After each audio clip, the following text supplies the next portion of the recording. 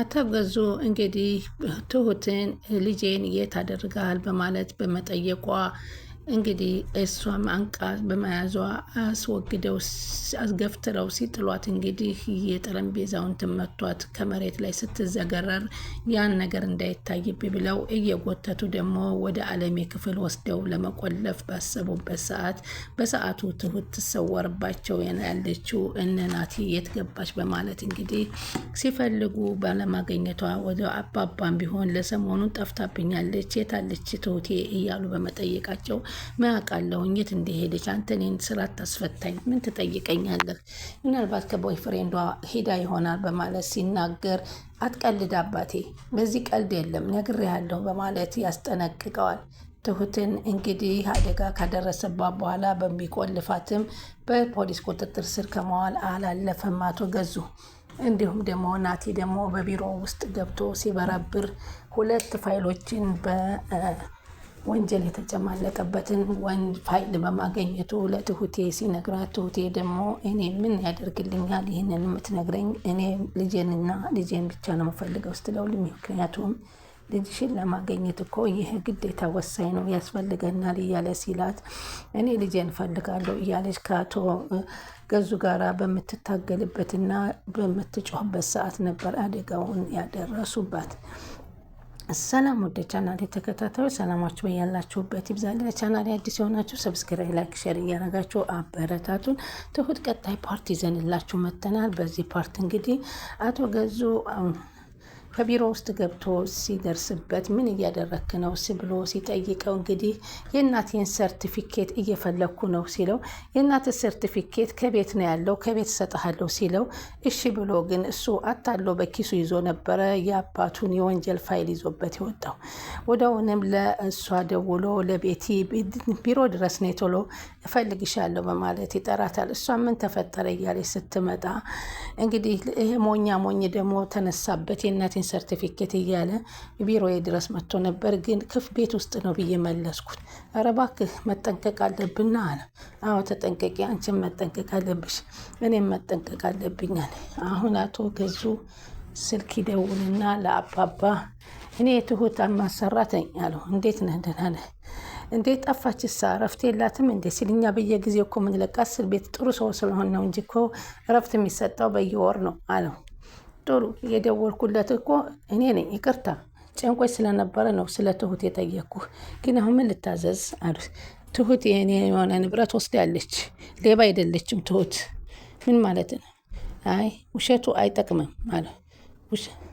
መዘላለፉም ላንተና ለእኔ አይጠቅመንም አሉ። እኔ የፈለግኩትን ማድረግ እችላለሁ አሉ አቶ ገዙ። እንግዲህ የፈለግከውን ማድረግ ትችላለህ፣ አደርጋለሁ ያለ ሰው ሳያደርግ ነው የሚገኘው። እኔ የምፈራ መስሎህ ነው? አልፈራም አሉ አቶ ገዙ። ካልፈራህ ታዲያ ምን ትጠይቀኛለህ? የምታደርገውን አድርጋ ብሎ አባባም ዝተው ዘጉበት። እንግዲህ አለሜም እስከ መቼ ነው እዚህ የምቀመጠው ልጄን አገናኙኝ እያለች እንግዲህ እየበጠበጠች ነበረ። አይዞሽ እናገናኝሻለን፣ ተረጋጊ፣ ልጅሽን እኮ አግኝተነዋል፣ ግን ቀስ በቀስ ነው እያለ ነበር ሲያስረዳት ነበር። እኔ ከታሰርኩ አንቺም ትታሰሪያለሽ ያለ ገዜም ለቤቲ ሲነግራት እባክህ እኔን እዚህ ውስጥ አታስገባኝ እያለች ቤቲም ትናገር ነበር። እንዴት ነው እንዲህ የምትይው? አሁን እኮ ልጁ እየነቃብን ነው፣ እየተከታተለን ነው አለ። አሁን እንግዲህ ትሁት በጣም ስቅስቅ ብላ ነበረ እያለቀሰች የነበረው። ናቲ መጣና እንግዲህ ቁጭ አለና እሷን ያናግራታል። ቤቲ እኔ የሚልሽ አላት። እንዴት ነው የሰው ስቃይ የሚያስደስታችሁ አላት። ቆይ ደግሞ አሁን ምን ተገኘ? ስለምን ስቃይ ነው የምታወራው አለች። ይሄው የትሁትን ልጅ አግታችሁ እያሰቃያችሁ በልጅቷ መቀመጫ መቆሚያ እኮ አሳጣችኋት አለ። ሁሉንም ማስደሰት አንችልም አለች። እሱ ምን ማለት ነው?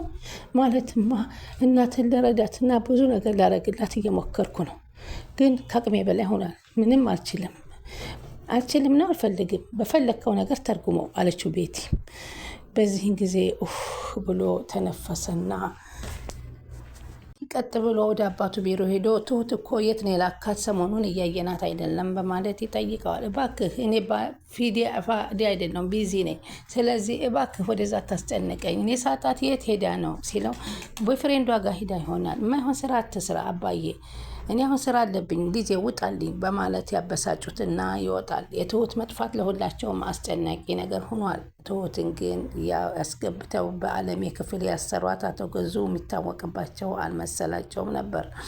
እንግዲህ አሁን በዚህን ሰዓት እንግዲህ ትሁቴ ደግሞ በጣም እየተበሳጨች ስለነበረ ነው የተናነቀቻቸው።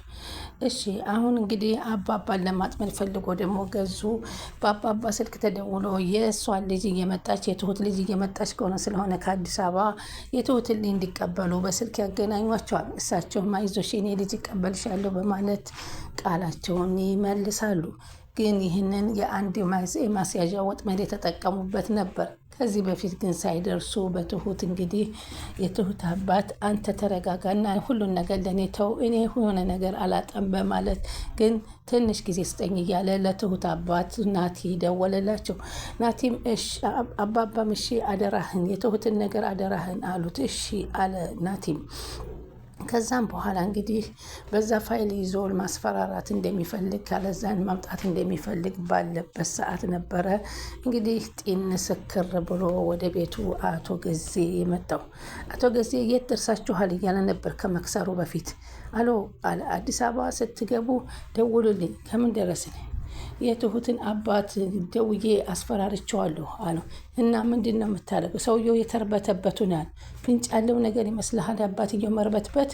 እንግዲህ እሱም በጊዜ ሂደት የምናየው ነው አለ ተላላኪው። ግፉበት፣ አይዟችሁ አሉ አቶ ገዙ የሚሳካላቸው መስሏቸው። እሺ ብለው ስልኩን ይዘጋሉ።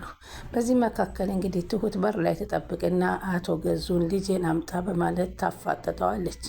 የዚህን ጊዜ ነበረ ልጅሽን ብለሽ ደግሞ ጭራሽ እኔን ልታንቂን ደረሽ፣ ለእኔን ለማነቅ ደረሽ በማለት እንግዲህ ስታንቃቸው ሲወረውሯት የወደቀችው። ናቲና ትሁት ቁጭ ብለው ስልክ ይደወልላታል። ስልኩን ስታነሳ የልጇ ድምፅ ነበር። ሄሎ ብላ ልጇን ድምጿን አናግራ ሳትጨርስ ትሁትን ስልኩን ይዘጉባታል። ወይኔ ልጄን ጉድ ሰሩብኝ እያለ በማልቀስ እያለች አይዞሽ እኔ ምንም አመጣልሻለሁ እያለ እሱም ተስፋ ቢሰጣትም በጣም ተበሳጭታ ስለነበረ እንግዲህ አቶ ገዙን ወደ ቤት ሲገቡ በር ላይ አንቃ ስትታገላቸው እሳቸው ደግሞ አሽቀንጥረው ይጥሉና እየጎተቱ እንግዲህ ወደ ክላስ የወሰዷት። ከክላስ ወስደው አለሜ ክፍል የቆለፏት። ከዛ በኋላ ግን ሁሉም ግራ ተጋብቶ ትሁትን ፍለጋ በየአቅጣጫው ነጎደ። እሷንም ቤቲንም ናቲ ትሁትን አላየሻትም ሲላት እኔ አላየሁም አለች። እባክህ እንዴት አታየትም አላት። እኔ ያላየሁም አልኩህ እኮ አታድርቀኝ። ለእናትም ልረዳህ ባሰብኩም ጊዜ ምንም ነገር ያገኘውን ነገር የለም።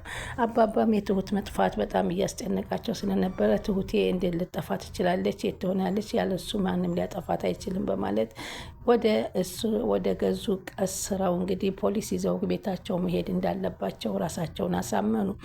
ትሁት በክፍል ውስጥ ተዘግታለች። ድምፅ አልባ ቁጭ ብላ ነበር። ግን እንግዲህ ቤቲና ናቲ እየጠጡ ባሉበት ሰዓት እሱ ደግሞ ከውጭ ጠጥቶ ሰክሮ ጥንብዝ ብሎ ገዙ ይመጣል። ከዛም የተውገደገደ ሲገባ እነሱን ጠረጴዛ ላይ ቁጭ ብለው እየጠጡ ሲያቸው በስድብ ይሳደባል። በልና ጥንብዝ ብለህ መታህል፣ ማንነትን አታውቅም በማለት እንግዲህ ለሁለት እየጎተቱ ወደ ክላስ ይዘውት ይሄዱ እያሉ ነበር። እንግዲህ እሷ በዛ ተዘጋችበት ክፍል ሁና ድምጿን ያሰማችው ትሁት። ያን ድምፅ ሲሰማ ናቲ ማመን አቃተው። ትሁትም ደነገጠች። ከዛ በኋላ ትሁት የተዘጋችበትን ቤት ሲከፈት እንግዲህ ትሁት እንደ አለሜ ተዘግቶባት በዛ ክፍል ሲያገኛት በጣም በሚገርም ሁኔታ ትሁትን ናቲ አወጣት። አባቱንም እዛው አልጋው ላይ እንደተዘገረረተው። አባባ ግን በቤታቸው ላይ እንግዲህ ትሁት ከጠፋች ካለሱ ማንም ሊያጠፋት አይችልም በማለት ፖሊስ ይዘው፣ አለሜም ከዚህ በኋላ መዘጋት የለብኝም እሄዳለሁ፣ እዛው እፋጠጣለሁ በማለት ከአባባ ጋር እንግዲህ ወደ ነናቲ ቤት ትሄዳለች። ከዛም እንግዲህ አቶ ገዙ በቁጥጥር ስር ውለዋል። አሁን የናቲ የትሁትን ልጅ የት እንዳደረጓትና ማን እንዳያዛት እንዲናገሩ በፖሊስ እየተፋጠጡ ይገኛሉ። ከዚህ በኋላ እንግዲህ አቶ ገዙ ከታሰሩ የቤቲና የናቲ ጉዳይስ እንዴት ሊሆን ነው የሚለው ነገር ቀጣይ የምንመለከት ይሆናል። ስትከታተሉ ስለነበረ ከልብ አመሰግናለሁ። እንግዲህ ቻናሉ ላይክ፣ ሼር እያደረጋችሁ አበረታቱኝ።